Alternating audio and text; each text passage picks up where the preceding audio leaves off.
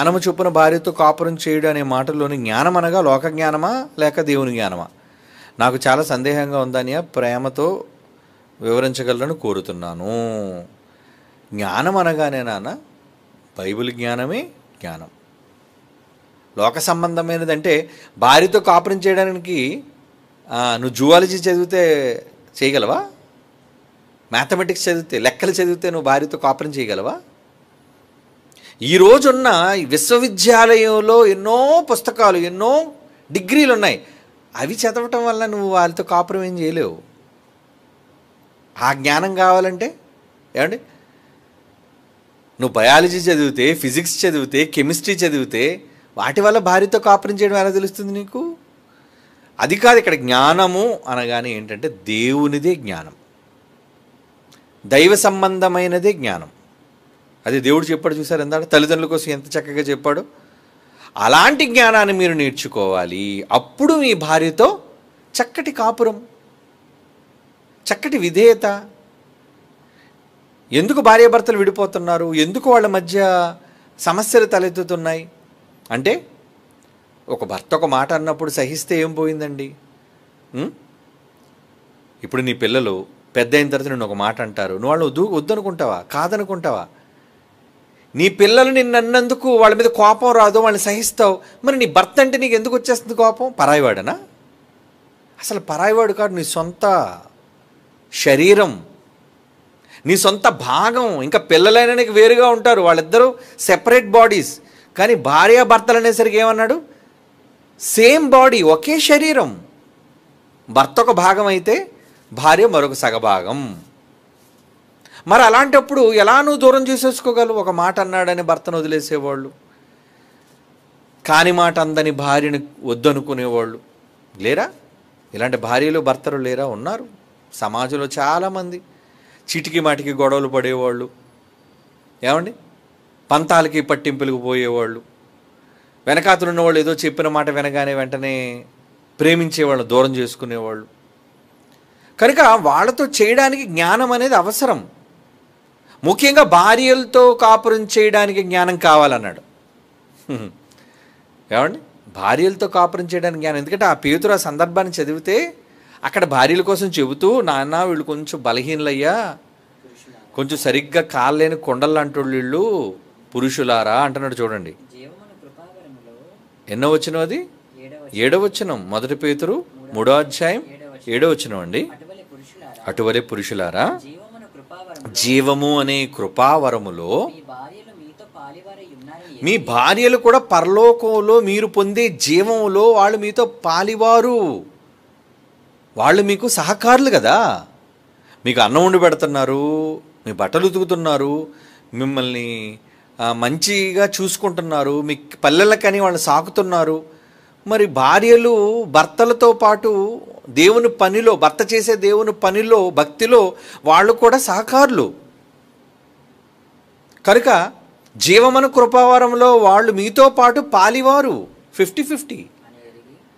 అంటే నిజంగా భర్త కానీ దైవ సంబంధమైన వ్యక్తి అయితే భార్య ఎంత అదృష్టవంతురాలండి. అందుకే ఎప్పుడు ఎంపిక చేసుకునేటప్పుడు దైవ సేవకుడైన వాళ్ళని ఎంపిక చేసుకోండి, దొంగ సేవకులు మళ్ళా కాదు. అంటే భార్యలు ఎంత అదృష్టవంతులంటే, భర్త కానీ మంచి దైవ సేవకుడైతే ఆయన చేసిన పనిలో ఆయన మంచిగా సేవ చేశాడు అనుకోండి, ఆ సేవలోని భాగం ప్రతిఫలం భార్యకు వచ్చేస్తుందండి. ఎంత బాగుందండి. జీవమును కృపావరములో మీ భార్యలు మీతో పాలివారు. పాలివారు అంటే వాళ్ళు కూడా మీకు వాటా, షేర్ ఉంది వాళ్ళకి. ఏమండి, ఇప్పుడు నేను కష్టపడి సేవ చేసి తిరుగుతున్నానండి, మరి నా భార్యకి వాటా ఉండదా? ఉంటుంది ఖచ్చితంగా. ఎందుకంటే నాకు ఏమో మెంటల్ టెన్షన్ పెట్టట్లేదు.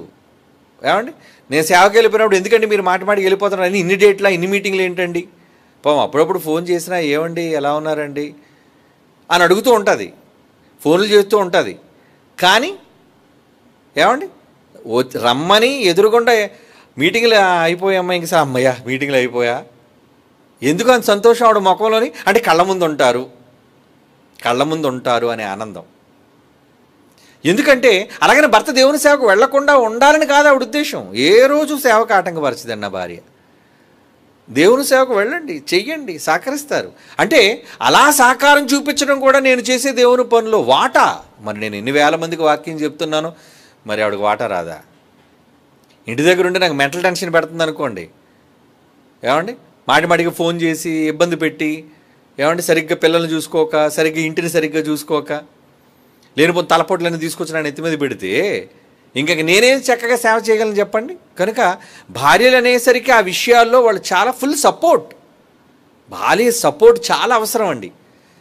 ఈరోజు చాలామంది మగవాళ్ళు ఏమనుకుంటున్నారంటే, భార్య సపోర్ట్ అక్కర్లేదులేండి, నేను ఒంటరిగా ఏక్ నిరంజన్లాగా చేసేస్తానండి. ఏక్ నిరంజన్లా ఏం చేస్తాను నువ్వు సేవ? దేవుడు ఎందుకు ఇచ్చాడు? ఆదాముకే సపోర్ట్ చేయడానికి ఇచ్చాడు. నాయన ఇదిగో నీ భార్య చక్కగా తయారు చేశాను చూడు, అవ్వనే అందంగా ఉంది, నీ ఎముకల నుంచి తీసి చేశాను, మీ ఇద్దరూ కలిసి నా పని చేయండి. నువ్వు ఒంటరిగా ఉంటే మంచిది కాదు కదా. అందుకే ఇగో నీకు సాటి అయిన సహాయం. సాటి అంటే ఏంటంటే ఆవిడిచ్చే సహాయం ఇంకెవరు ఇవ్వలేరని. సాటి అంటే తిరిగిలేని సహాయం, గొప్ప సహాయం. అంతే కదండి. నిజంగా భర్తలు వండుకోగలరా, బట్టలు తగ్గలరా? వాళ్ళు చేసే పనులు ఎవరు చేయలేరండి. ఇంట్లో ఆడవాళ్ళు చేసే పనులు ఏదో మగరాళ్ళని మీసాలు తిప్పుతారు, కానీ నిజంగా వాళ్ళు పడే కష్టం, వాళ్ళ ఇంట్లో పడే శ్రమలు, పిల్లల్ని వాళ్ళు చూసుకునే ఆలనా పాలన బాధ్యతలు చాలా పెద్దవండి అవి. అందుకే గృహ పరిపాలన ఎవరికి అప్పచెప్పాడు? గృహ పరిపాలన, గృహాన్ని పరిపాలించడం అమ్మ నీకే అప్పచెప్తాడు. జాగ్రత్తగా పరిపాలించడం, ఇంటిని జాగ్రత్తగా చూసుకో. ఇల్లు బాగుంటే నీ భర్త బాగుంటాడు. ఏమండి, ఇల్లు పీకి పందిరేసావు అనుకో, ఏమవుతుంది? ఏమండి, సర్వనాశనం. కనుక దేవుడు సాటి అయిన సహాయంగా ఇచ్చాడు. అయితే వాళ్ళు మేకులోనే కొంచెం చిన్న బలహీనత అనేది వాళ్ళకు ఉంటుంది నాయన. ఎందుకంటే నువ్వు డైరెక్ట్గా నేను చేశాను, నీ బాడీలోంచి కదా తీశాను, కొంచెం పక్కన కొంచెం బలహీనరాలు ఆవిడ అని చెప్తున్నాడు ఇక్కడ. ఏమని? పురుషులారా, మీ భార్యలు జీవమనే కృపావరములో మీతో పాటు పాలివారై ఉన్నారు అని తెలుసుకొని, ఎక్కువ బలహీన ఘట్టం, ఎందుకంటే కొంచెం సరిగా కాలలేని పరిస్థితిలో వాళ్ళు ఉంటారు. బలహీన ఘట్టము అంటే కొండ అని. బాగా కొండ కాలిందనుకోండి గట్టిగా ఉంటుంది. ఇప్పుడు చూసారా, కొండ మీద వాయిస్తుంటారు, కొండ మీద కూడా గట్టిగా వాయిస్తుంటారు చూసారు ఎప్పుడైనా? అది కూడా ఒక ఇన్స్ట్రుమెంట్, కొండ మీద కొట్టడం. అదే మామూలు కొండ ఏది, మామూలుగా మీరు మంచినీళ్ళు ఎండాకాలంలో వేసే కొండగాని గట్టి కొట్టారనుకోండి బదలైపోద్ది అది. అదే ఆ వాయించేవాడు చూడండి, కొండ మీద కొట్టేవాడు ఏదో పేరు ఉందండి మొత్తానికి. చాలా గట్టిగా ఆ ఘట్టం మీద కొడుతుంటే అసలు పగలదండి అది, కానీ మంచి శబ్దం వస్తుంటుంది దానిలో నుంచి. అంటే ఎందుకు? గట్టిగా కాలింది. కానీ ఇక్కడ దేవుడు ఏమంటున్నాడు? ఆయన సరిగ్గా కాలేదు, అది సరిగ్గా కాలేని కొండ, బలహీన ఘటమని ఎరిగి పురుషులతో చెప్తాడు. భార్యను ఏం చేయమన్నాడు? సన్మానం. ఏమండి, అంటే భార్యని గౌరవిస్తున్నారా? చాలామంది భర్తల భార్యను గౌరవించడం తెలియదండి. ఎలా చూస్తారో తెలుసా అండి? నువ్వు ఇంట్లో పందాను ఏమనుకున్నావు నువ్వు? నేనే అంత ఫుల్ మేజర్ లార్డ్ నేనే. ఎదుటి వాళ్ళతో పని చేయించుకునేటప్పుడు చాలా ప్రేమగా చెప్పి చేయించుకోవాలి. ఏమంటే భార్యని సన్మానించడం అంటే ఏంటి? సన్మానం అంటే చిన్న విషయమే చెప్పండి. ఇది ఎవరిని సన్మానిస్తారు? సన్మానం అంటే చిన్న పదం కాదండి, చాలా పెద్ద పదం. సన్మానము అంటే నువ్వు ఎంతో గౌరవించాలి. అంటే భర్త భార్యను గౌరవించేటట్లుగా ఉండాలి. కానీ చాలామంది ఎలాంటి తెలుసా అండి, బయటికి వెళ్ళి భార్యల కోసం చెడ్డగా మాట్లాడతారు. మా ఆవిడ ఉందా అండి బాబు, పిశాచండి బాబు, అది చాలా గయ్యాడండి బాబు, పడలేకపోతున్నానండి.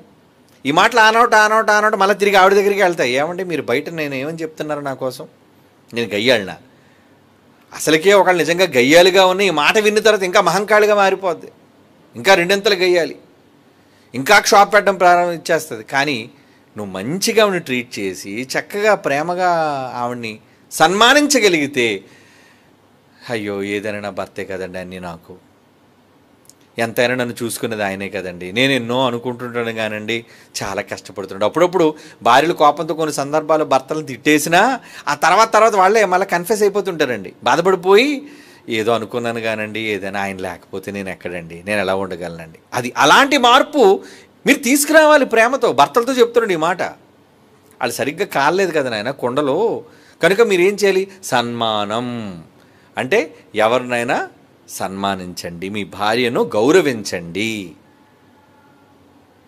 మీరే మీ భార్యను గౌరవించకపోతే ఇంకా లోకం ఏం గౌరవిస్తుంది చెప్పండి?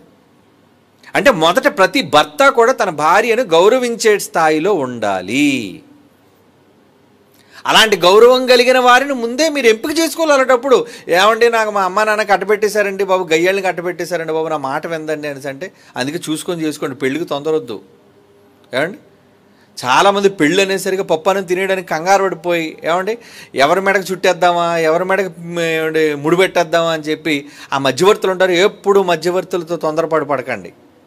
ఆడికేం పోయింది కమిషన్ కోసము, ఏమండి మ్యారేజ్ బ్రోకర్ అయితే వాడికి వచ్చే రాబడి కోసము ఇలాంటి తప్పుడు పనులు చేసి అబ్బాబ్బాబ్బా గొప్ప సర్టిఫికేట్, ఎక్కడిది నీ సర్టిఫికేట్, కాంట్రాక్ట్ సర్టిఫికేట్ నువ్వే వాడు ఇచ్చాడని కాంట్రాక్ట్ సర్టిఫికేట్ గొప్పదండి, అమ్మాయి మాత్రం అండి దించిన తల అసలు ఎత్తదండి.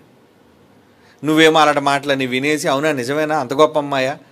ఎప్పుడూ కూడా అండి మధ్యవర్తులు మాట్లాడే సంబంధాలు ఎప్పుడు చేసుకోకండి. నా సలహా ఏంటంటే ఎప్పుడు మీకు తెలియని వ్యక్తిని మీరు చేసుకోకండి.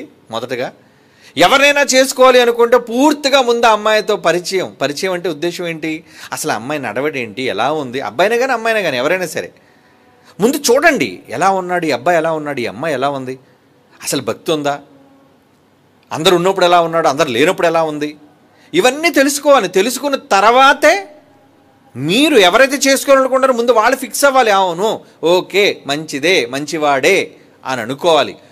అంతేగాని ఏదో అమ్మా నాన్న చెప్పేశారనో, లేదంటే ఎవరో సర్టిఫికేట్ ఇచ్చేశారని, లేదంటే ఉద్యోగం ఉందని. ఈరోజు పెళ్ళిళ్ళందరూ కూడా క్యారెక్టర్ని పక్కన పెట్టేశారండి. అసలు క్యారెక్టర్ అవసరం లేదు. ఇప్పుడు ఏం కావాలి, ఉద్యోగం, కులం, ఏమండి కట్నం, ఇవి తెస్తే చాలు. ఇలాంటి దారుణమైన పరిస్థితులను సమాజం వెళ్ళిపోయింది కాబట్టే పెళ్లి పెటాకలైపోతుంది. ఏమండి కట్టిన మామిడాకులు ఇంకా ఎండిపోకముందే అప్పుడు విడాకుల కోసం కోర్టు దగ్గర నిలబడుతున్నారు వాళ్ళు. అంతే, వారంలో విడాకులు, రెండో రోజే పెళ్లికి గొడవలు.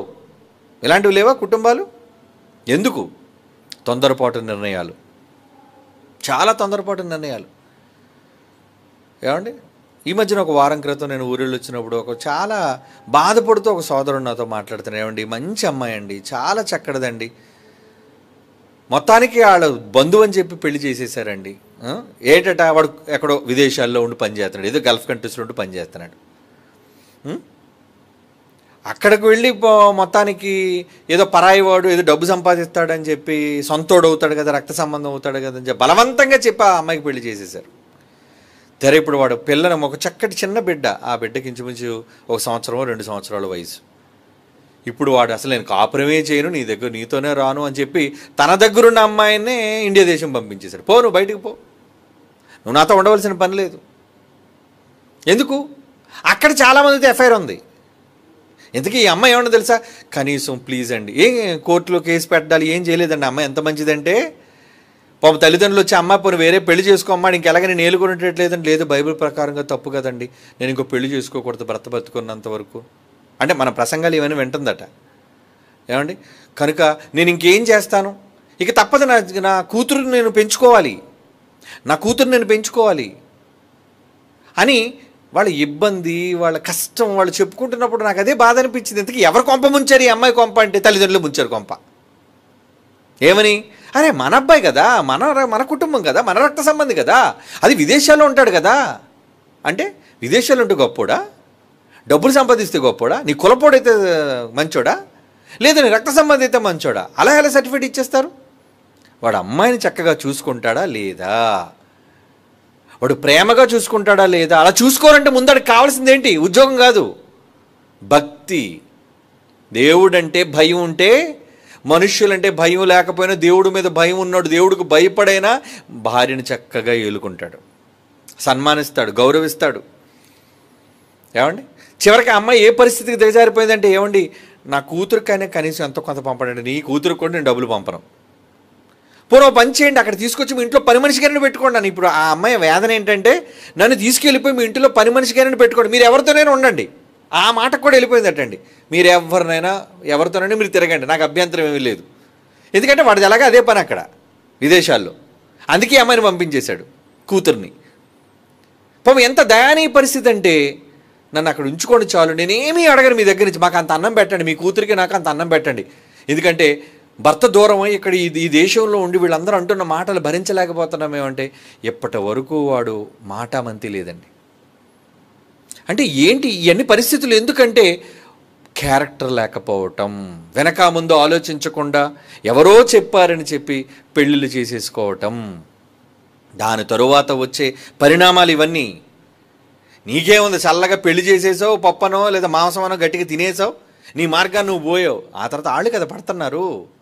వాడు పెట్టే టార్చరు ఏమండి ఆవిడ కదా అనుభవించాలి. ఆడపిల్లట ఏమైనా మాట్లాడకూడదట, ఎన్ని పెట్టినా భరించాలట, ఎన్ని తన్నినా భరించాలట. అదేంటది? బానిస? భార్య అంటే బానిస కాదు కదా. బైబిల్ సన్మానించమని చెబుతుందంటే బానిసను నువ్వు ఎలా అంటావు? లేదు. దేవుని పనిలో సమానమైన భాగం, నీకు సహకారి. కనుక జాగ్రత్తగా చూసుకో, గౌరవించు నీ భార్యని, ప్రేమగా చూసుకో నీ భార్యని చెప్తున్నాడు దేవుడు. అలా నువ్వు చూసుకోకపోతే నీ కొంప కొల్లేరైపోద్ది, నీ కుటుంబ జీవితం బాగోదు, నీ నెత్తిని తెచ్చిపెట్టుకుంటావు సమస్యలన్నిటినీ. అందుకే అంటున్నాడు, పురుషులతో చెప్తున్నాడు, నీ భార్యతో జ్ఞానం చొప్పున కాపురం చెయ్యాలి. మరి ఏ జ్ఞానం కావాలి? బైబిల్ జ్ఞానం, దైవ సంబంధమైన జ్ఞానం. ఆ జ్ఞానంలో ఏముంటుంది? ప్రేమ. ఏమండి, భార్య ఏమైనా ఉందనుకోండి, చాలామంది భార్యల మీద కత్తి కట్టిన భర్తలు లేరా? ఏమండి, భార్యల మీద కత్తి కట్టిన భర్తలు లేరా? ఏదో విధంగా వదిలించుకోవడానికి ఏదో కారణం. అసలు నిజానికి ఒకసారి తాళి కట్టిన తర్వాత చచ్చినంత వరకు వదలడానికి వీలు లేదు, దేవుడు శాసనం ఇది. అయినా కన్న పిల్లల్ని వదిలేస్తున్నారు, భార్యను వదిలేస్తున్నారు అంటే రాజీ పడరా? ఈరోజు చాలామంది భార్యలు భర్తలు దూరం అయిపోయి పిల్లలుగా దూరంగా ఉంటున్నారే. అసలు మీరేమైనా మీ భర్తలతోని భార్యలతో రాజీ పడే ప్రయత్నాలు చేస్తున్నారా? చెప్పండి. మాకెందుకండి రాజీ? మాకు రాజీ అక్కర్లేదు. ఎందుకు? అది కోర్టుకి వెళ్ళింది కదండి, పోలీస్ స్టేషన్కి వెళ్తే తప్పే చేసింది, మరి నువ్వేం చేయాలి? యేసుప్రభుని చూడు. యేసుప్రభు కోసం చూపించి ఏం చెప్పాడు సమాధానం? ఏమండి, యేసుప్రభుని చూపించి ఎగ్జాంపుల్ ఏం చెప్పాడు? భార్యాభర్తలకు ఉన్న సంబంధం యేసుప్రభుకి సంఘానికి ఉన్న సంబంధం లాంటిది. యేసుప్రభు నీ భర్త అయితే, సంఘమైన నువ్వు ఒక భార్యవైతే, నువ్వు చేస్తున్న ప్రతి పనికిరాని పని నేను ఏం చేస్తున్నాడో తెలుసా? అది కళంకమైన, ముడతైనా, అట్టిది మరి ఏదైనా లేకుండా పరిశుద్ధమైనదిగా, నిర్దోషమైనదిగా, మహిమగల సంఘముగా నిలబెట్టడానికి తను తానే ఆయన సజీవంగా అర్పించుకున్నాడే. అది ఎవరి గురించి చెప్తున్నాడు? కింద అంటాడు చూడండి, ఎఫ్సీ పత్రికలో 5వ అధ్యాయంలో. ఇదేదో రండి సంఘం కోసం చెప్తున్నాడు అనుకుంటున్నారా? అటువలే పురుషులు కూడా తమ సొంత శరీరములను వలె భార్యలను ప్రేమింప. బద్దులు నీ బాడీ నువ్వు ఎంత ప్రేమించుకుంటున్నావో. ఏమండి, మగవాళ్ళు అయితే వాళ్ళ బాడీలు జాగ్రత్తగా చూసుకుంటారండి. ఆడదాని అనేసరికి శుభ్రంగా చిత్తకొట్టుతుంటారండి. అవునా? రోజు భార్యలు తన్నే భర్తలు లేరా? ఎందుకు లేరండి? తాగేసి వచ్చి రోజు తంతాడు. కొంతమంది తాగనవసరం లేదండి, చెయ్యి ఎత్తే చాలు కొట్టేయడమే, కాలు ఎత్తి తన్నేయడమే. ఏమండి, రోజు కొట్టుకోవడమే. అంటే ఎందుకు చేస్తున్నారు అలా? ఏమండి, ఎందుకు? ఇక్కడ ఏమంటున్నాడు? భర్తలు పురుషులు కూడా సొంత శరీరం, నీ సొంత శరీరం అని ఏం చేయమన్నాడు? తమ భార్యలను ప్రేమింపబద్దులై ఉన్నారు. ప్రేమ లేదా ఎప్పుడును? భార్యలు చూసారు చాలామందికి ప్రేమ రాదండి. ఎందుకంటే ఏదోనండి పెళ్ళైన కొత్తలో అయితే నిగనగలాడేదండి, ఇప్పుడేంటండి బాబు పిల్లలకి అనేసింది, అది ఇలాగ అయిపోయింది. మరి అలాగే నువ్వెలాగున్నావు? నువ్వేదో పెద్ద అందగాడివా లేదంటే ఏంటి? చాలామంది ఇలాంటి ఫీలింగ్లేనండి. నేనండి ఇప్పటికీ చాలా గొప్పగా ఉన్నానండి, మా ఆవిడ మాత్రం అండి అబ్బాయి నా పక్కన నిలబడితే సూట్ అవుతుందా? మరి సూట్ అవ్వకుండా పిల్లలు కనేసావా? సూట్ అవ్వకుండా తాళి కట్టేసావా? తాళి కట్టినప్పుడు ఫోటోలో ఇంజన్ పళ్ళు కనబడినట్టుగా నవ్వు పోజు పెట్టావు. మరి అప్పుడే చెప్పొచ్చు కదా నాకు నచ్చలేదు ఈ ఆవిడని. పెళ్ళైన తర్వాత పిల్లలు కనేసిన తర్వాత భార్యలు నచ్చరండి, చాలామందికి నచ్చరు. ఏమనంటే ఏటోనండి బాబు చూస్తే నాకు ఇష్టం అనిపించట్లేదా? మరి నిన్ను చూసి ఆవిడ అదే మాట అంటే, నిన్ను చూసి అదే మాట ఆవిడ అన్నది అనుకో, అప్పుడు నీకు చాలా ఫీలింగ్ వచ్చేదా? నాకేం తక్కువ? మగ మహారాజు అటు, నీ మొహం మహారాజువి. మరి నువ్వు మహారాజు అయితే ఆవిడేంటి? ఏమండి బానిస? రాణి.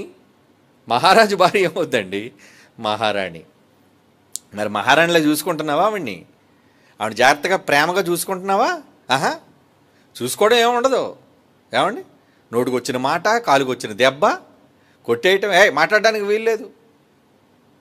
చాలామంది ఇలా దురుసుగా ప్రవర్తించి భార్యల్ని ఇబ్బంది పెట్టి, కొంతమంది మంచోళ్ళు అయితే అండి ఇంక భర్త కదండి, తాళి కట్టాడు కదండి, తప్పదండి బాబు అని లోపల ఉంటారు. గయ్యాళ్ళు అనుకోండి, ఏమంటే అట్ల కడితే కొట్టేసేవాళ్ళు ఉంటారు, పప్పు గుత్తు గుద్దేసేవాళ్ళు ఉంటారు, ఈ బాధ భరించలేక ఇంట్లోంచి పారిపోయేవాళ్ళు ఉంటారు. ఏం చేస్తారు మరి? ఏమండి, నాకు తెలిసిన నా చిన్నప్పుడు అండి, నేను 3వ తరగతి చదువుతున్న పక్కింట్లో ఆవిడ ఉండేదండి, క్వార్టర్స్లో మేము ఉంటున్నప్పుడు. ఎందుకు అనుకోకుండా ఎప్పుడు ఆవిడ ఇంటికి వెళ్ళేవాడిని. ఆవిడ పిల్లలు లేరు అప్పటికే, నన్ను ఆడుకోవడానికి పిలిచేది, పాపం నన్నే ఎత్తుకునేది. సడన్గా నేను వెళ్ళేసరికి పప్పు గుత్తు కొట్టేట్టు నా కళ్ళతో చూశాను అలా ఆయన. నిజమండి, ఆ రోజు పప్పు గుత్తులు ఉండేవండి, పప్పును రుబ్బేవాళ్ళు. అలాంటి పప్పు గుత్తో టంగ్ మనం వాయించేస్తే నేను చిన్నప్పుడు అది ఇంకా నాకు అది గుర్తుండిపోయింది, ఆ సీన్. ఇంకా ఏంటి, ఆయన వల్ల మాస్టారు, ఆయన మళ్ళీ మాస్టర్ అండి, బడిలో మాస్టర్. ఆయన మరి ఎంతమంది పిల్లలు కొట్టేసాడో తెలియదు, కానీ ఇంటి దగ్గర భార్య మాత్రం అది పప్పు గుత్తుతో కొట్టాడో నేను కళ్ళతో చూశాను. అంటే ఎందుకు ఆ పరిస్థితులు, ఎందుకు అలాంటి విషయాలు, ఎందుకు అలాంటి సమస్యలు? అంటే జ్ఞానం చొప్పున కాపురం చెయ్యాలి. జ్ఞానం అంటే ఏంటి? జ్ఞానం, భార్య తప్పే చేసింది అనుకో, అయితే ఏం చేయి? పెద్ద మనసుతో క్షమించి. యేసుప్రభువు నిన్ను క్షమిస్తే నువ్వు మంచిదానివి, మంచివాడు కాలేదా? ఏమండి, సంఘంగా మనం ఉండి ఎంత కళంకాన్ని తెచ్చుకుంటున్నాం. మన మాటలు మంచివి కాదు, మన చూపులు మంచివి కాదు, మన తలంపులు మంచివి కాదు, మన చేతలు మంచివి కాదు, ఎన్నో తప్పులు చేస్తున్నాం జీవితంలో. మరి యేసుప్రభువు నిన్ను క్షమిస్తున్నాడు కదా. మరి ఆయన నువ్వు ఆదర్శంగా తీసుకొని భర్తగా ఒక యేసుప్రభు నేను ఎంత పాపినైనా నన్ను క్షమించి నన్ను ఏలుకుంటున్నప్పుడు, ఏమంటే పెద్ద మనసుతో చాలామంది భర్తలు ఏలుకుంటారండి భార్యల్ని. నిజం, కొంతమంది భర్తలు ఉంటారండి, భార్య తప్పు చేశారని తెలిసినా సరే వాళ్ళని క్షమించి, ఇంకెప్పుడు అలా తప్పు చేయొద్దమ్మాయి, నేను ఏలుకుంటానులే నేను అని ఏలుకునే గొప్పవాళ్ళు ఉన్నారండి. వాళ్ళు యేసు ప్రభువులండి స్వభావం కలిగిన వాళ్ళు. అలా నువ్వు ఉండలేవా? ఏమండి, అలాగని అందరూ ఏదో తప్పు వ్యభిచారం చేస్తున్నారనే కాదు, ఏదో చిన్న తప్పు చేయొచ్చు, లేదంటే ఏదో నేను అనరాని మాట అనొచ్చు, ఏమంటే ఏదో పొరపాటు జీవితంలో చేయొచ్చు. చేస్తే నువ్వేం చేయాలి? క్షమ లేదా? జ్ఞానం అంటే ఇదే. జ్ఞానం చొప్పున కాపురం చేయడం అంటే తేడా వచ్చింది కాబట్టి వదిలేస్తానండి, అది కాదు జ్ఞానం అంటే. వదిలించేసుకుంటానండి, అది కాదు జ్ఞానం అంటే. తప్పు చేసినా సరిచేసుకొని క్షమించి ఆమెలో మార్పును తీసుకురావటం. అలాగే భర్త తప్పు చేశాడని వదిలేసుకోవడం కాదు. అలాగైతే ఏమండి ఎంతమంది కాపురాలు నిలబడితే చెప్పండి? ఏమంటే అందరు భర్తలు ఉత్తములా, మంచోళ్ళా? ఏమండి, మరి భార్యలు అందరూ భర్తలతో కాపురాలు చేయట్లేదా? చేస్తున్నారు, సహించి ఓర్చుకొని కాపురం చేస్తున్నారు. మరి చేస్తున్నప్పుడు నువ్వు ఆవిడకి ఇవ్వవలసిన విలువ ఉండదా? అంటే ఎంతసేపు నీకు అందరు విలువ ఇవ్వాలిగా, నువ్వెవరికి విలువ ఇవ్వవా? నీ తప్పులను లేదంటే క్షమించినప్పుడు, నిన్ను ఆదరించినప్పుడు నువ్వు కూడా అదే భాగాన్ని ఆదరణ నువ్వు వాళ్ళకి ఇవ్వవలసిన వాడవై ఉన్నావు. జ్ఞానం చొప్పున కాపురం చేయడం అంటే ఇది చాలామందికి తెలియదండి. ఇది జ్ఞానము అనగానే ఏంటండి, వ్యభిచార కారణమనైతే వదిలి వచ్చాను, దేవుడు చెప్పాడు కాబట్టి నేను వదిలేస్తున్నానండి, కమాన్ నీకు నాకు సంబంధం లేదు పో, ఇదా జ్ఞానం అంటే? కాదు. యేసుప్రభువుని చూడు జ్ఞానం అంటే. జ్ఞానం అని ఎవరుంది? ఎవరికి జ్ఞానం అని పేరుంది? క్రీస్తు దేవుని జ్ఞానము, దేవుని శక్తి అయి ఉన్నాడు కనుక ఆయనే జ్ఞానం. మరి ఆయన జ్ఞానం అయి ఉన్న ఆయన ఏం చెప్పాడు సంఘం కోసం? ఇది ఎవరి కోసం చెప్తున్నాడు? భార్యాభర్తల కోసమా? సంఘము. కన్యక అయిన స్త్రీగా నువ్వు, ఏమండి, కన్యకగా నువ్వు పురుషుడిగా యేసుప్రభుకి నువ్వు వివాహం చేయబడ్డావు కదా, ప్రదానం చేయబడ్డావు కదా. మరి అలాంటప్పుడు వాళ్ళని నువ్వు గౌరవించగలుగుతున్నావు, ఏమి క్షమించగలుగుతున్నావు? అంటే ఎప్పుడు భార్యలే భర్తలు క్షమించాలి కానీ భర్తలు ఎప్పుడు భార్యలు క్షమించరా? ఏమండి, లోకం తీరు ఎలాగుందంటే ఎప్పుడు ఎన్నన్నా ఏమన్నా భార్యలే పడాలి తప్పించి, ఏమండి, భార్యలే క్షమించుకుంటూ పోవాలి తప్పించి భర్తలు ఎప్పుడూ క్షమించడానికి వీలు లేదు. తప్పు. ఇద్దరు ఈక్వలే. ఏమండి, ఇద్దరూ సమానమైనప్పుడు నువ్వు వాళ్ళని క్షమించినప్పుడు వాళ్ళు నిన్ను క్షమిస్తారు. క్షమ అనేది సర్వసాధారణం, అందరికీ అవసరం. ఏమండి, క్షమ అవసరం లేదా? క్షమ కావాలి కదా.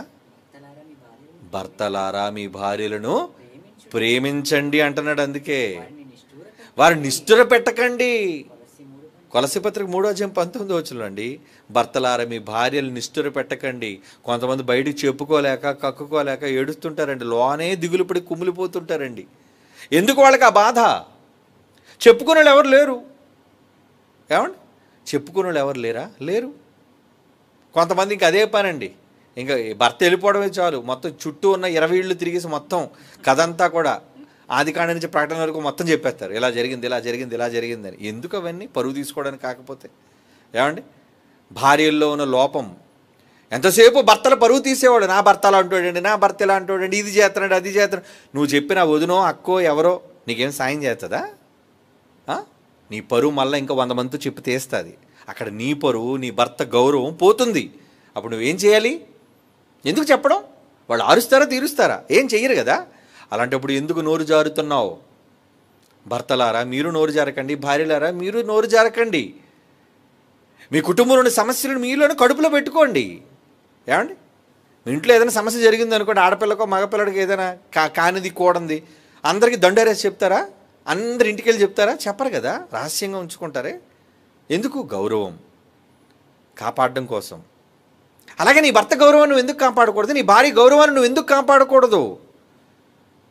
ఏదో నేను శిరస్సును కదా, తలకాయని కాబట్టి నేను చెప్పింది అంతా జరగాలన్నది కాదు. అక్కడ దేవుడు ఎంత చక్కగా చెప్తున్నాడు చూడండి, భార్యలను నిష్ఠూర పెట్టకండి, ప్రేమించండి. ఏమిటి? ప్రేమిస్తే లొంగని భార్యలు ఎవరున్నారు చెప్పండి? ప్రేమకు లొంగనిదంటే ఏమైనా ఉంటుందో చెప్పండి? ప్రేమ లేదండి. చాలామంది భార్యలు దూరం పెట్టేసి, ఏమండి, పౌరుషాలకి పంతాలకి పోయి ఆవిడ రావాలండి నా కాలు దగ్గరికి. నీ కాలు దగ్గరికి వస్తారా? నువ్వు తగ్గించుకొని వెళ్తే నీకేటట నష్టం? నువ్వు వెళ్ళవా? లేదు నేను వెళ్ళను. నీకెందుకు అంత రోషం? నీకెందుకు అంత పౌరుషం? మరి ఇదే పౌరుషం ఆవిడికి ఉంటే, ఏమండి, ఈ పౌరుషాలు ఎక్కడికి పోతాయి? విడిపోవడానికి. అందుకే తెగేటంత వరకు లాక్కూడదంటారు పెద్దోళ్ళు, సామెత. అంటే ఏం జరుగుతుంది? వీళ్ళు ఏం చేస్తున్నారు అంటే, జ్ఞానము చొప్పున కాపురం అంటే ఏంటంటే, సర్దుకో, క్షమించు, ప్రేమించు, సరిచేసుకో. ఇవన్నీ నువ్వు చేయాలి. జ్ఞానం అనేసరికి ఇవన్నీ ఉంటాయి. యేసుప్రభుని చూసి నేర్చుకో. సంఘం గురించి చెప్పాడుగా, భారీగా పోల్చి చెప్పాడుగా, మరి నువ్వెందుకు అలా చెయ్యు? ఏమంటే, అడిగిన మాటలో దేవుడు ఎంత సందేశం సమాజానికి, ఈ రోజున్న వ్యవస్థకి దేవుడు ఎంత సందేశాన్ని ఇచ్చాడు. What a wonderful book Bible. ఎంత గొప్ప గ్రంథం అండి. ఎంత చక్కగా సమన్వయపరుస్తుందండి అందరినీ, ఎంత చక్కగా ఇద్దరి మధ్యన నిలబెడుతుందండి. చివరికి దేవుడు ఎంత ప్రేమ కలిగిన వాడంటే, ఆ మాట చదివినప్పుడు ఏంటండి దేవుడు బంధానికి ఇంత విలువిస్తున్నాడా అన్నట్టు అనిపిస్తుంది. ప్రార్థన చేసుకోవడానికి అవకాశం కలగడానికి, నాయన ఇద్దరు ప్రార్థన చేస్తున్నారు కదా, భార్య గదిలోని భర్త గదిలోని పర్మిషన్ తీసుకొని వెళ్ళి ప్రార్థన చేయండి. ముందు భర్తను పర్మిషన్ అడిగారు, ఏమండి ప్రార్థన చేస్తానండి, ప్రార్థన చేద్దాం అనుకున్నాను, అంతవరకు మరి మీ దగ్గర రాలేని ఏం అనుకోకండి అని అంటే భర్త ఓకే అనాలట. అలాగే భార్య కూడా ఓకే అనాలట భర్త చెప్పినప్పుడు. సరే, ఇద్దరికి అండర్స్టాండింగ్ కుదిరింది కదా, సరే వెళ్ళి ప్రార్థన చేసుకోండి. భర్త ఆ గదిలోని భార్య ఈ గదిలో ప్రార్థన చేసుకుంటున్నారు దేవుడికి. అప్పుడు ఏం జరిగిందంటే, కొరింథీయులకు రాసిన మొదటి పత్రిక 7వ అధ్యాయం 5వ వచనం నుంచి చూడండి. కొరింథీయులకు రాసిన మొదటి పత్రిక 7వ అధ్యాయం 5వ వచనం. ప్రార్థన చేయుటకు మీకు సావకాశము కలుగునట్లు కొంతకాలం వరకు ఉభయుల సమ్మతి, ఇద్దరు అండర్స్టాండింగ్ మీద, అంగీకారం మేరకు ఒకరినొకరు ఎడబాయకండి. అంటే భర్త నుంచి దూరంగా వెళ్ళడానికి కూడా భర్త పర్మిషన్ ఇవ్వాలి, భార్య నుంచి దూరంగా వెళ్ళడానికి కూడా భార్య పర్మిషన్ ఇవ్వాలి. చూసారా? ఉభయుల సమ్మతి. భార్య ఒప్పుకోవాలి, భర్త ఒప్పుకోవాలి. దేనికి? ప్రార్థన చేసుకోవడానికి, దూరంగా ఉండడానికి. ఈలో ప్రార్థన చేస్తున్నారు, ఇద్దరు అంగీకారం మేరకు, అగ్రిమెంట్ మేరకు ఇద్దరు విడివిడిగా ప్రార్థన చేస్తున్నారు. చేస్తుంటే మధ్యలో భార్య గుర్తొచ్చేసింది. ప్రార్థన మధ్యలో ఏమండి భార్య జ్ఞాపకం వచ్చింది, లేదా భర్త గుర్తొచ్చేసాడు. ఎందుకు? నీ భర్తను చూడాలనిపించింది, నీ భర్త దగ్గరికి వెళ్ళాలి అని నీకు అనిపించింది. అప్పుడు ఏమన్నాడు దేవుడు? మీరు మనస్సు నిలుపుకోలేకపోతే సాతాను మిమ్మల్ని మళ్ళీ ఇబ్బంది పెట్టి మీ కుటుంబంలో చిచ్చు రేపకుండా ఉండాలి అంటే తిరిగి కలుసుకోండి. అంటే ప్రార్థన ఆపేమన్నాడా? అంటే ఇప్పుడు నాకు ప్రార్థన చేయండి, నా ప్రార్థనే ముఖ్యము, ఎందుకంటే ప్రార్థన చేయడానికి అది మీరు ఇద్దరు దూరంగా ఉన్నారు కనుక నా ప్రార్థన అయినంత వరకు మీరు కలవడానికి వీలు లేదు అన్నాడు తండ్రి. ఏమన్నాడు? ఎంత మంచివారండి నాన్న. ప్రార్థన ఆపేయండి అమ్మ, నాయన నువ్వు ప్రార్థన ఆపేయి, ఇద్దరు మళ్ళీ ఒకటైపోండి. అంటే దేవుడికి ఇప్పుడు ఆయనకి ప్రార్థన చేయడం ముఖ్యం, వీళ్ళిద్దరు కలిసి ఉండడం ముఖ్యమా? చెప్పండి. ఈ మాట బట్టి ఏమర్థమైంది మీకు? భార్యలారా, భర్తలారా, కుటుంబీకులారా, ఏమర్థమవుతుంది మీకు? ప్రార్థన కన్నా ముందు మీరిద్దరూ కలిసి ఉండటమే ముఖ్యం. అంటే దేవుడు ఎంత బంధానికి విలువిస్తున్నాడు. అదంతా నాకు అనవసరం, నా ప్రార్థన అయినంత వరకు భార్య నువ్వు లేగడానికి వీల్లేదు, భర్త నువ్వు ఎక్కడ లేగడానికి వీల్లేదురా, ముక్కు మూసుకొని ఉండు అన్నాడా? ఎంత గొప్ప తండ్రి. ఏమండి? ఇంత గొప్ప తండ్రి మనకున్నాడు, ఆ ప్రేమను మనకు చూపిస్తున్నాడు, ఆ బంధం యొక్క విలువను మనకు నేర్పిస్తున్నాడు. మరి ఏం నేర్చుకుంటున్నాం బైబిల్ చదివి? ఏమండి, ఎంతమంది బైబిల్ చదివి క్రైస్తవులైన జంటలు విడాకులకి వెళ్ళిన వాళ్ళు ఎంతమంది ఉన్నారు? అసలు కోటికి వెళ్ళని తెలుస్తుంది మీకు. విడాకులకి అప్లై చేసిన వాళ్ళు క్రైస్తవులు కూడా చాలా ఎక్కువ మంది ఉన్నారండి. ఎందుకు గొడవలు? రాజీ పడవా? సమాధాన పడవా? ఏమండి, సమాధానం వద్దండి వీళ్ళకి. మేము రాజీ పడము. ఎందుకంటే చాలా రోషం అండి కొంతమందికి. నా కాళ్ళ దగ్గరికి వచ్చి ఒప్పుకుంటేనే కానీ నేను చెప్పిన కండిషన్లు. ఏంటి కండిషన్లు? ఏదో వచ్చింది కదా, వచ్చిందని ప్రేమతో జాగ్రత్తగా చేరదీసి దగ్గర పెట్టుకోకుండా మళ్ళీ 100 కండిషన్లు రాస్తాడండి. ఈ కండిషన్లు వినగానే ఎంత మనసుతో వచ్చింది కూడా, ఛీ వీడి కండిషన్కి మళ్ళీ వీడి దగ్గర ఉండడం కన్నా బయట ఉండడం మంచిదని అనుకుంటుంది. ఎందుకు అలా దూరం చేసుకోవటం? జ్ఞానం చెప్పునంటే ప్రేమతో క్షమతో చేరదీసుకో, నీ భర్తను చేరదీసుకో, నీ భార్యను చేరదీసుకో. అంతేగాని మళ్ళీ ఎందుకు రోషాలు పౌరుషాలు ఎందుకు? లేదులేదులండి, నాకు ఎంత అవమానం చేసిందంటే నేను సహించనండి అంటావా? పగ తీర్చుకుంటావా?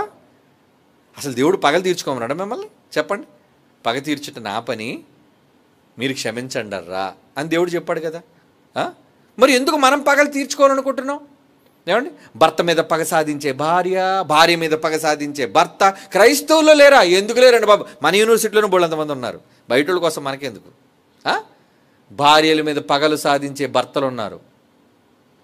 ఏమనంటే నాకు చాలా నష్టం కలిగించిందండి, నాకు చాలా కీడు కలిగించిందండి. అలాగే భర్తల మీద పగ సాధించే భార్యలు, అబ్బాబాబా నేను మాత్రం వెళ్ళండి, ఎంత ఇబ్బంది పెట్టాడండి నన్ను నా పిల్లల్ని వీధిని పడేసి ఎంత చేశాడు. అయితే ఏంటి, ఇక చచ్చినంత వరకు ఇలాగే ఉంటారు, ముసలైపోయినంత వరకును? బంధానికి ఏం విలువ లేదా? రాజీ పడవా? ఎంతకాలం ఈ పౌరుషాలు పంతాలు? నువ్వు ఒక రోజు ఒంటరిగా ఉండి ఏ ఒక్కరు నిన్ను చూసుకోలేని పరిస్థితి నీకు వస్తుంది. అవునా? మంచాన పడితే నీకు సాటి అయిన సహకారం వద్దా? చెప్పండి.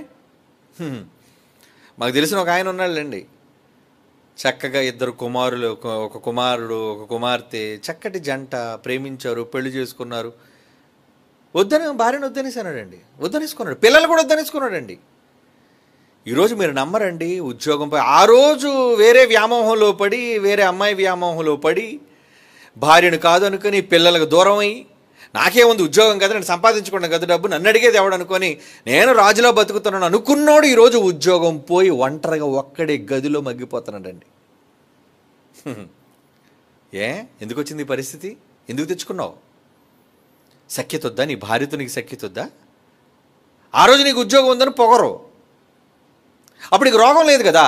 నా కాళ్ళ మీద నిలబడ్డానండి, రేపొద్దున కాళ్ళు 2 పోతే నేను కన్న తల్లి ఎంతకాలం చూస్తుంది నిన్ను? నీకన్నా ముందు చచ్చిపోదు కదా ఆవిడ. లేకపోతే అక్కలో చెల్లెళ్ళు తమ్ముళ్ళు అందరూ నీకు చాకరీ చేస్తారా? చేయరు కదా. మరి ఎవరు కావాలి? భార్య, భర్త, సాటి అయిన సహకారం అవసరం. మరి ఇప్పుడు ఏం చేయాలి? జ్ఞానం. పోన్లే, వాళ్ళు చేసిన అన్యాయానికి ఏదైనా ఉంటే భర్త, ఎందుకంటే భర్తలు అన్యాయం చేసే భార్యలు ఉంటారు, భార్యలకు అన్యాయం చేసే భర్తలు ఉంటారు. వాళ్ళు అన్యాయం చేశారు వాళ్ళకో, వాళ్ళు అన్యాయం అయిపోతారు. కానీ నువ్వు ప్రేమతో ఒదుగుండు. దేవుడు లేడా తీర్పు తీర్చేవాడు? న్యాయం తీర్చే తండ్రి మనకు లేడా? ఉన్నాడుగా. కనుక పిల్లల కోసమైనా, వాళ్ళ భవిష్యత్తు కోసమైనా, వాళ్ళ జీవితాల కోసమైనా సరే జాగ్రత్తగా భార్య భర్తలు ఇద్దరు కలిసి మెలిసి ఉండాలి. లేదనుకోండి ఏమైపోద్ది? ఏమైపోయి పిల్లలు చూస్తుంటారు, మా అమ్మ ఎప్పుడు కనబడుతుంది ఏంటి? కొంతమంది వాళ్ళ నాన్న దగ్గర ఉండి మా నాన్న ఒక్కడే కనబడుతుందంటే మా అమ్మ ఎప్పుడు కనబడట్లేదు ఏంటి? ఏమండి, వాళ్ళు ఎలాంటి భయంకరమైన పరిస్థితులు వాళ్ళలో నెలకొంటాయి. సమాజంలో అందరూ చూస్తుంటారు, అమ్మ నాన్న కలిసి ఎత్తుకొని తీసుకెళ్తుంటారు. మా అమ్మ ఒక్కరితే ఉందేంటి, మా నాన్న లేడేంటి పక్కన, మా నాన్న ఒక్కడే ఉన్నాడేంటి, మా అమ్మ లేదేంటి పక్కన. సమాజంలో వాళ్ళు ఎటువంటి మెంటాలిటీ, వాళ్ళు ఎటువంటి స్వభావాన్ని వాళ్ళు సంపాదించుకుంటారో ఆలోచించండి. సైకోలుగా మారిపోతుంటారు. తర్వాత మానసికమైన రుగ్మతలు వాళ్ళకి వచ్చేస్తుంటాయి. ఏమండి, డిప్రెషన్లోకి వెళ్ళిపోతుంటారు వాళ్ళు. సరైన ప్రేమ వాళ్ళకు చొరకుండా పోతుంటుంది. కనుక తల్లి తండ్రి ఇద్దరు చక్రాలు అటు బండి చక్కగా రోడ్డు మీద వెళ్ళాలంటే ఎదురు బండి 2 చక్రాలు, ఒక చక్రం పోయింది, నాన్న పోయాడు. ఈ ఒంటి చక్రంతో ఎలాగంటే అమ్మ లాగుతుంది సంసారాన్ని? అమ్మ పోయింది అనుకోండి, నాన్న ఒక్కడు ఒంటి చక్రంతో ఎలాగంటే సంసారాన్ని లాగుతాడు? బ్యాలెన్స్గా ఉండాలి బండి, చక్కగా సాఫీగా వెళ్ళాలంటే 2 చక్రాలు కరెక్ట్గా ఉండాలి.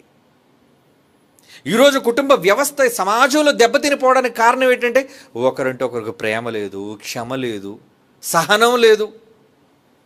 సహించరు. రోషాలకి పౌరుషాలకి పంతాలకి పోయి నాకెంత కీడు చేశారు, నన్నెంత అవమానపరిచారో, నన్ను వీధిలోకి లాగారైతే ఆ? తప్పు చేసుకుని నీ దగ్గరికి వస్తానన్నప్పుడు మళ్ళీ ప్రేమతో స్వీకరించు. లేదా ఇంకా వాళ్ళు పొగరుతో ఉంటే వాళ్ళ కబురు పంపించు. సరే జరిగింది ఏదో జరిగింది, నా వాళ్ళు తప్పు అయితే క్షమించు, రా మనం కలిసి ఉందాం, మన బిడ్డ కోసమైనా కలిసి ఉందాం రా అని పిలవలేవా? అంటే నువ్వు పిలవట్లేదంటే ఏంటన్నమాట కారణం? నీ కాళ్ళు చేతులు బాగున్నాయనే కదా. పోతే మంచాన్ని పడితే అప్పుడు పిలుస్తావు, రే నాన్న బాబు కన్నా ఎక్కడున్నావురా. ఎందరు చెప్పిన వ్యక్తి ఇప్పుడు ఫోన్లు చేస్తానండి, అమ్మా ఎక్కడున్నావు అమ్మా. మరి అల్లుడితో కాపురం చేయొద్దా? నీ దగ్గరికి వచ్చి ఏం చేస్తుంది? ఎక్కడో వేరే ఊర్లో ఉంది అమ్మాయి. కొడుకు చూస్తే వాడేమో వేరే దేశంలో ఉన్నాడు, ఎక్కడి నుంచి వస్తాడాడు? పాపం వాళ్ళకి రావాలని ఉంది, తండ్రికి చెయ్యాలని ఉంటుంది. కానీ ఎందుకు ఈ పరిస్థితి నువ్వు తెచ్చుకున్నావు? దేవుని పిల్లలారా, అందుకే బైబిల్ చెప్పే చక్కటి వివరణ, కుటుంబ వ్యవస్థలో దేవుడు చెప్పిన నేర్పించిన ఎన్నో మంచి పాఠాలు, సహనం, ప్రేమ, ఏమంటే క్షమ, ఇవన్నీ కూడా నేర్చుకుంటే జ్ఞానంతో కాపురం చేయడం అంటారు దాన్ని.